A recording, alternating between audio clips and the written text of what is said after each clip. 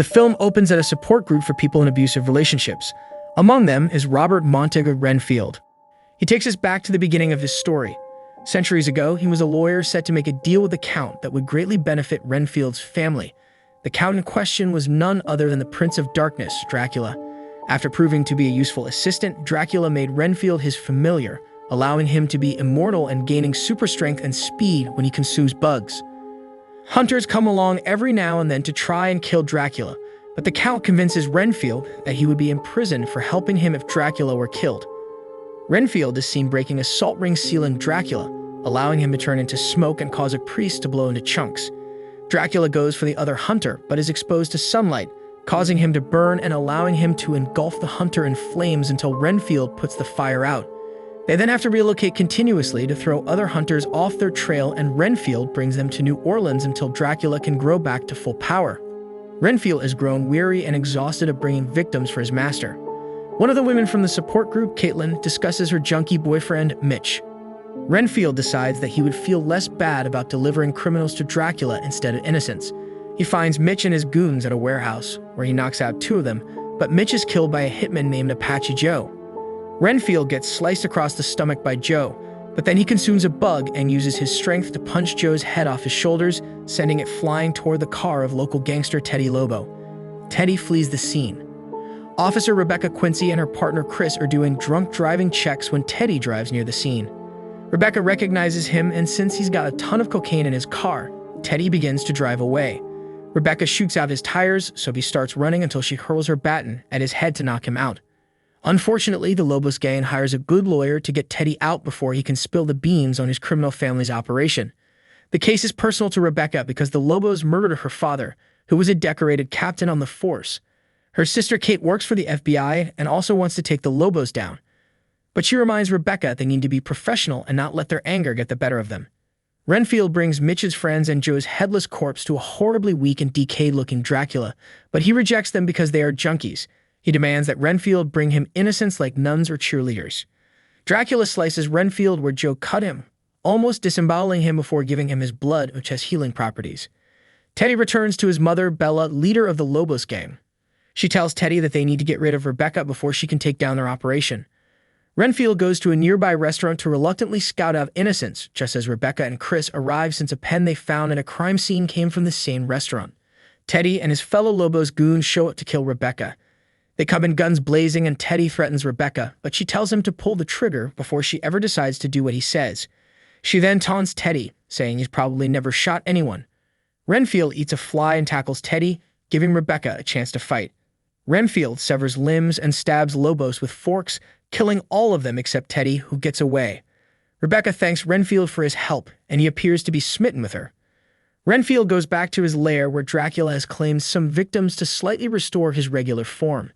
He then shows Renfield that he plans to dominate the world once he grows to full power, hoping to create an army of familiars to do his bidding. Renfield returns to the group's session where he talks about his relationship with Dracula, simply referring to him as his boss. The group encourages Renfield to take steps to improve his life separate from Dracula, which includes finding his own apartment and creating his own happiness.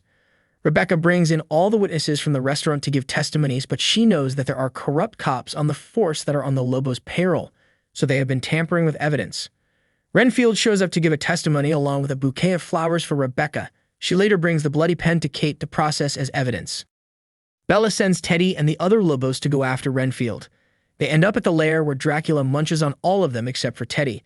When he reveals that he is there for Renfield, Dracula becomes enraged and feels betrayed by his assistant.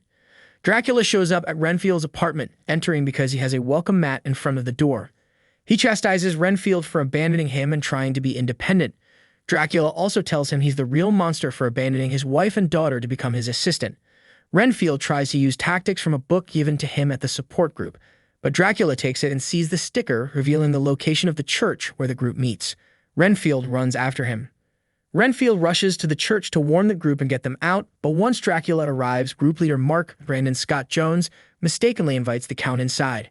He reveals himself to the group before proceeding to slaughter everyone and feed off them. He taunts Renfield before leaving, and Rebecca and Chris arrive moments later, arresting Renfield for believing he killed everyone. As Rebecca takes Renfield away in cuffs, a bunch of cop cars pulls up along with Bella and the Lobos, confirming Rebecca's suspicions that the cops are working with the criminals, including Chris and Captain Browning, James Moses Black. Browning tries to convince Rebecca to join them, but she shoots a transformer to distract everyone and take a chance to escape with Renfield. Rebecca gets shot in the shoulder but makes it out. Renfield brings Rebecca to his apartment to hide. He remains cuffed so she can trust him, and he confesses that he worked for Dracula for centuries. Rebecca then gets a call from Kate, who confirms that the DNA on the pen is connected to murders all across the world for decades.